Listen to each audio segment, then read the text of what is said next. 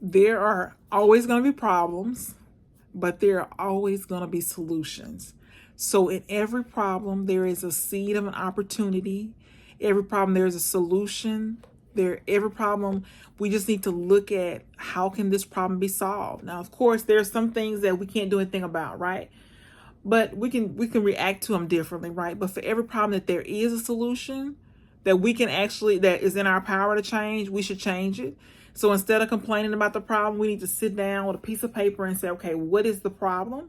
And then we need to look at writing down the solutions. What solutions can you come up with for that problem, instead of walking around complaining, expecting things to change just because we're talking about them? But we need to sit down, just know that every problem there's a solution, and sit down and write down the problem at the top of the page, and then write down what you can do to solve that problem.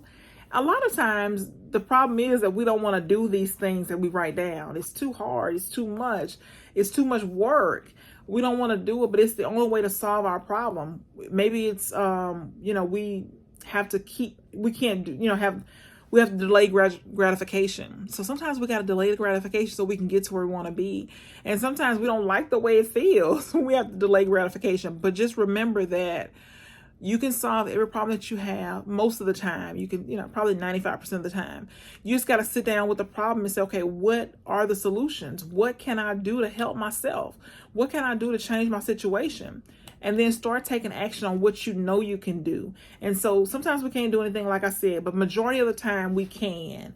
So for every problem, there is a solution. There's always going to be problems. There's always going to be solutions.